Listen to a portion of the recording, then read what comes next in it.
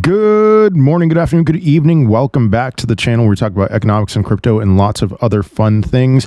As always, a free way you can support the channel. Hit that like button, subscribe to the channel, turn on your notifications, and leave a comment in the comment section. Okay, so my last video on this channel, I talked about it's throw a dart at a dartboard season, and we are about to enter what is most likely going to be October, and then we'll see about that.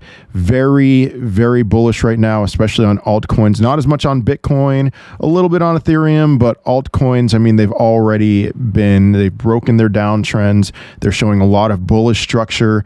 Things are looking good. I gave you a list of cryptos to not buy in my previous video because they're right up against retraces. And so I'd rather be buying cryptos that still have some room to go leading up to their retraces. I am investing with reckless abandon at least until we get to a 702 retrace on the total 2 from its March peak to its August 5th bottom.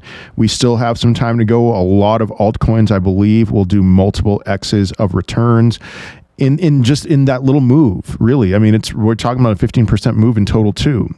There will be X's, there will be massive percentage of gains, even if it's not multiple X's. He is going to, I can't, no, I'm just going to back off on that.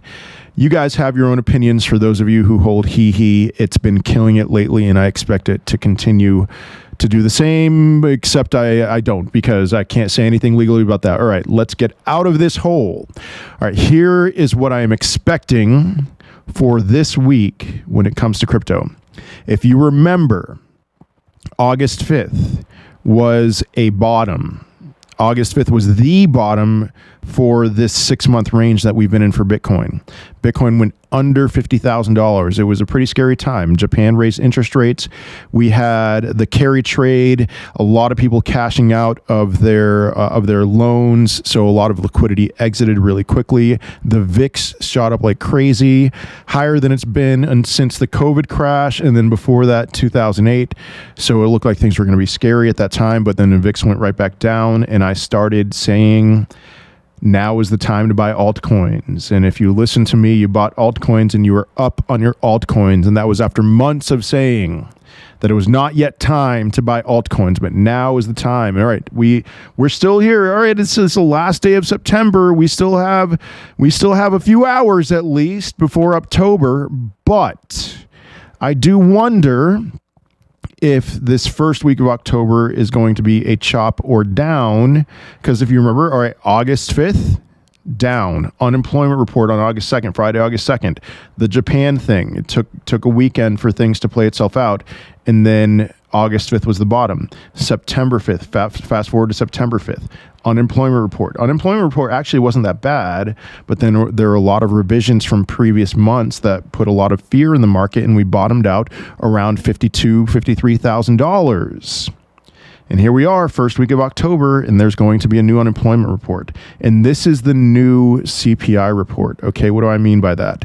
There was a time when we were monitoring CPI like crazy, especially late 2022, hoping that things had peaked, or in CPI at least, that there was a peak, and there was a peak in late 2022, and then things started to cool off. The DXY started to go down, and it's like, okay, this is the bottom. I called that November 10th. This is the bottom. I didn't say this is the bottom, but I did say I'm a bull right now, and I'm buying, and I don't care if it goes lower. I'm a buyer right now, and that ended up being the bottom. Okay, so instead of monitoring CPI, now the big thing that I'm monitoring at least is unemployment. And I do want to make one small comment here. Unemployment is a little deceptive because a lot of states have not increased their unemployment payouts in over a decade. I got laid off from a job one time in my life. I got unemployment. This was in California, was $450 a week. Today in California, it's still $450 a week. Those $450 are worth a lot less than they were in 2013 when I got laid off. Okay, so what does that mean? That means that people don't have nearly as much of an incentive to pursue unemployment. Maybe they'll just get a side gig. There's a lot of gig type jobs right now, Uber, DoorDash, things like that. Maybe they just do that instead of going through the hassle of filing for unemployment. And so what does that mean? That means that, unemployment numbers may be artificially suppressed. And I wouldn't even say artificially, just suppressed by the system in comparison to what we had in 2013, 2014, something like that. And so regardless, I kind of don't care about that. I care more about how the market's going to react to unemployment. I wouldn't be surprised if there was an initial reaction that was pretty positive, but then unemployment, we started seeing some revisions throughout the days from past months, and all of this is happening in such a way that we end up forming a lower high. Two of the most exciting words you could possibly hear. After 6 months of the downward chop that we have had, the two most exciting words you could hear are higher high. And so all I care about next week is forming a lower high.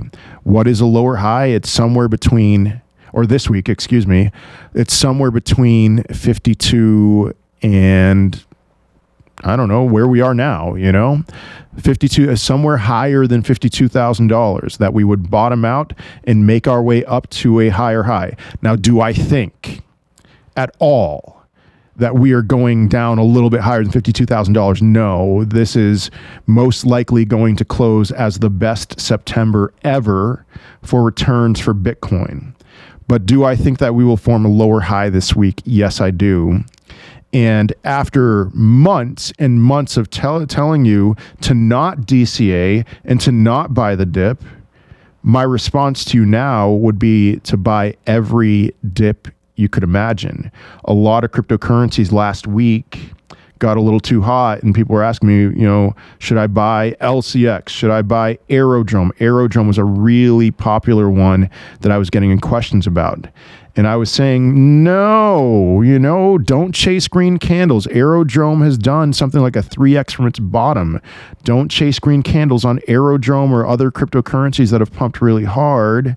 Wait for the dip on those. There's other ones that they've been good to buy, but the ones that are really hot, wait for a dip.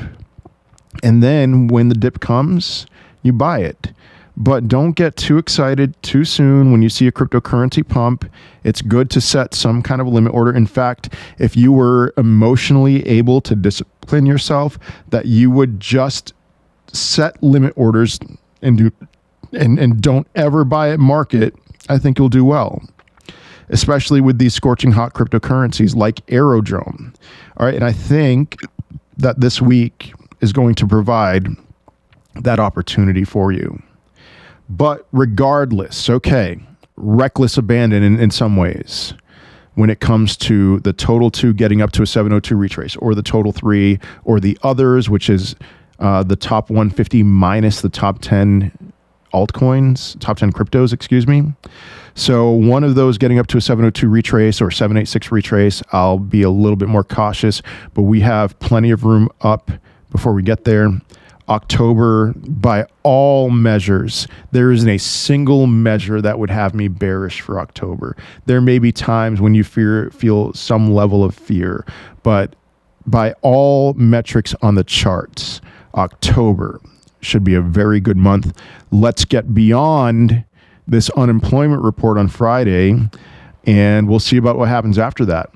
October 11th of 2020 was when things really started to take off. And then it was about 90 days of up only with very little. It was amazing. That was one of my favorite times. That was my favorite time as a crypto investor, was between October 11th and January 8th of 2020 to 2021. I think, I could be wrong, I think we're on the brink of something similar. And my encouragement to you, if we are on the brink of something similar, is don't make the mistake that I did around the time of January 8th, 2021. I mean, it went into the rest of the year too, but don't make the mistake that I did of feeling that this is permanent. And I wouldn't say it was permanent. I felt invincible. I felt like I was going to be I thought I was going to hit multiple millions of dollars. I didn't. I won. It was very painful, but okay. We're here to take profits and to take them aggressively. Anyway, that's all I have for today. I hope you have a wonderful day, a wonderful rest of your week. I will certainly be seeing you in another video. Peace.